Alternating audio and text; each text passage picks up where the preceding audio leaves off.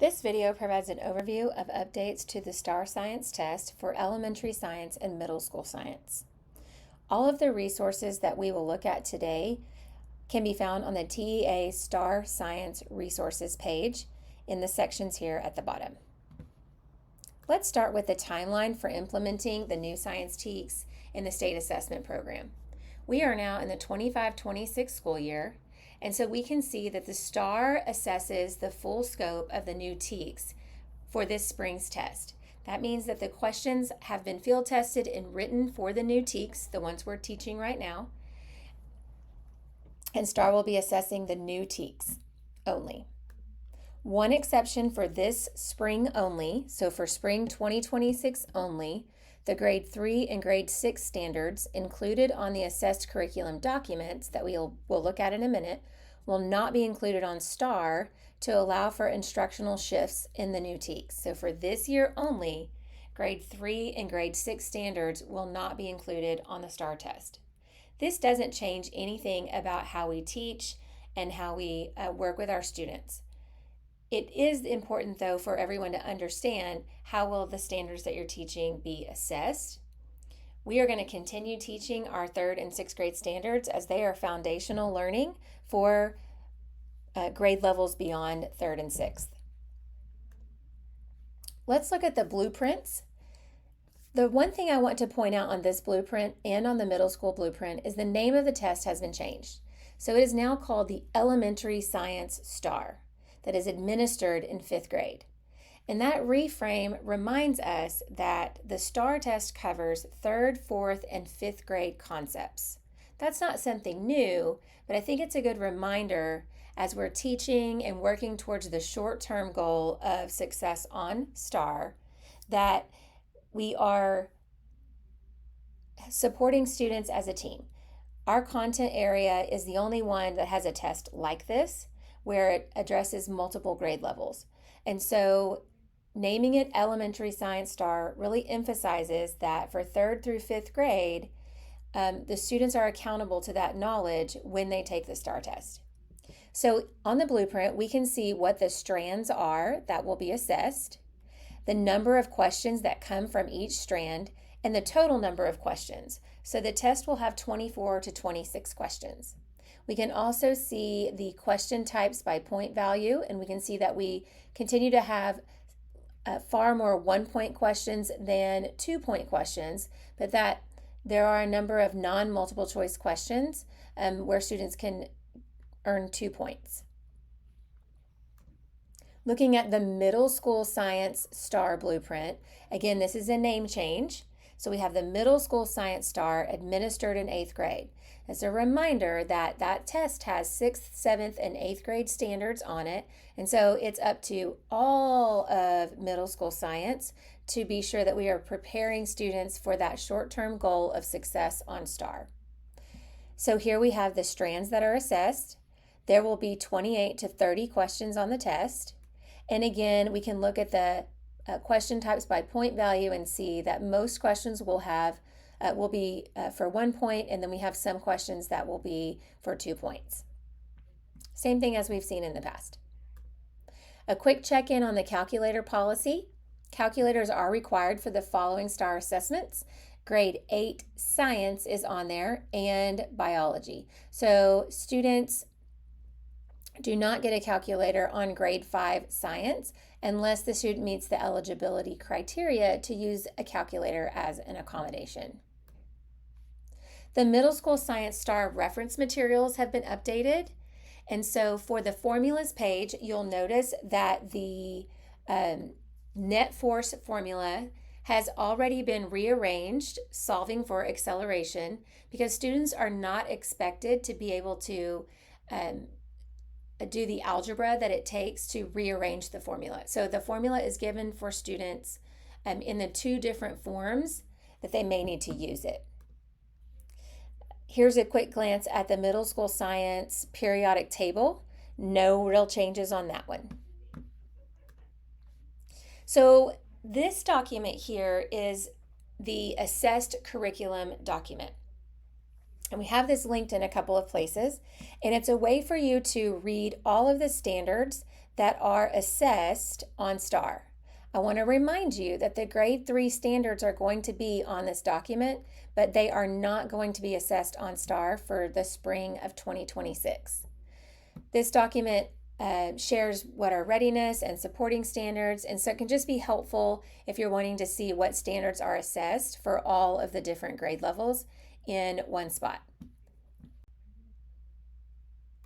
Within our own curriculum documents, we have our year at a glance. And this document shows you some of the same information as the assessed curriculum document.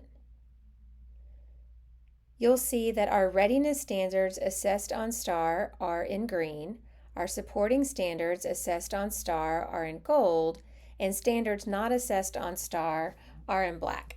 So if we look at the third grade YAG, we can see that there are a lot of supporting standards that students learn in the third grade that they will then be assessed on in the fifth grade.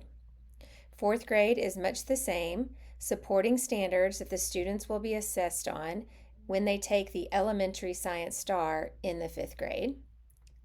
And then for the year at a glance for fifth grade, we can see that this is where we get more of our readiness standards and also still some supporting standards that will be assessed.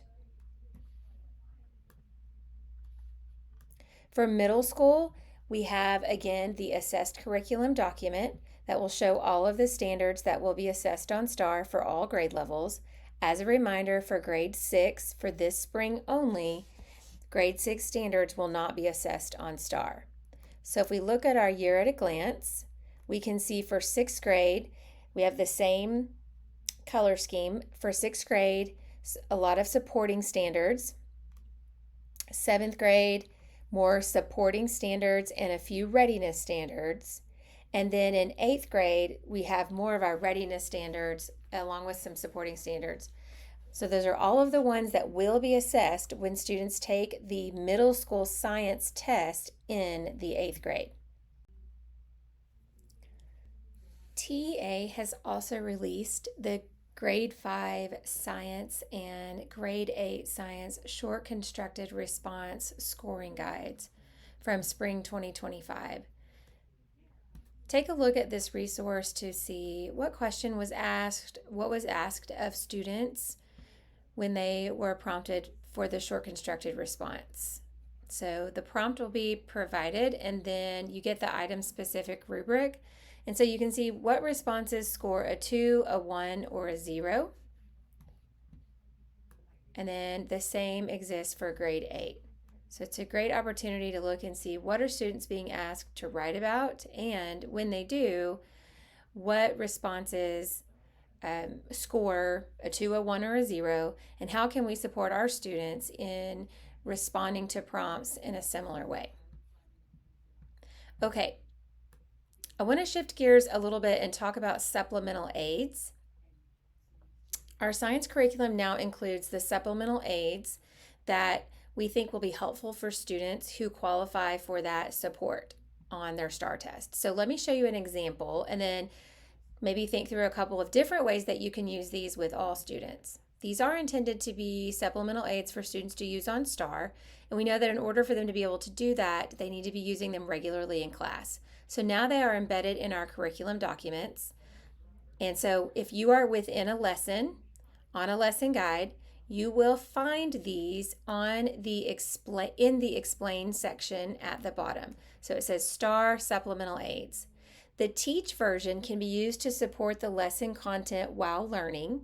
The test version has been approved for use on STAAR for students with this testing accommodation. So for an example, for this one here, this is the teach version. It includes words that you cannot have on the actual test, but you can definitely use this to support teaching this concept. This is something that you might be able to have for all of your students as a support, but it is specifically designed for students to learn from it. And then there's the version that can be used on the test. These can be used on their curriculum-based assessments or TEACS checks, and then ultimately on their STAAR test. So that's one example of one. Here's another example of one. And so again, we are in the explain section of a lesson guide, and there it is at the bottom. And so this one has a solutions, teach and test supplemental aid and a mixture and solution, teach and test. So a couple of options. So the solutions one looks like this for the teach version, and then for the test version, the pictures remain, and then all of the words have been removed. And then here's another one for mixture solution. So we've got some pictures there. And then for the test version, then the text has been removed. So start using these with your students. They are available in 3rd, 4th, and 5th grade. I am asking questions about how does a supplemental aid offered in 3rd grade, how is it allowed to be used on the 5th grade STAAR test? So stay tuned for an answer on that. I hope that you will find those helpful. I certainly think that they will be helpful for our students who need that accommodation to be successful on their test. For the middle school science STAAR, these supplemental aids exist in the same way that we looked at them for 3rd through 5th. They are linked in the 6th, 7th, and 8th grade lesson guides. So for example, we're in an 8th grade lesson guide, and so if we scroll down to explain, at the bottom of the explain section, we see STAAR supplemental aids. And so for this one, there is a teach and a test version of the life cycle of a STAAR, and a teach and a test version of the HR diagram. These have an additional label here, and it just stands for readiness standard. And if it's a supporting standard, it'll be in gold and say supporting standard. So middle school has the same supports there that you can use to help students who have the accommodation of supplemental aids.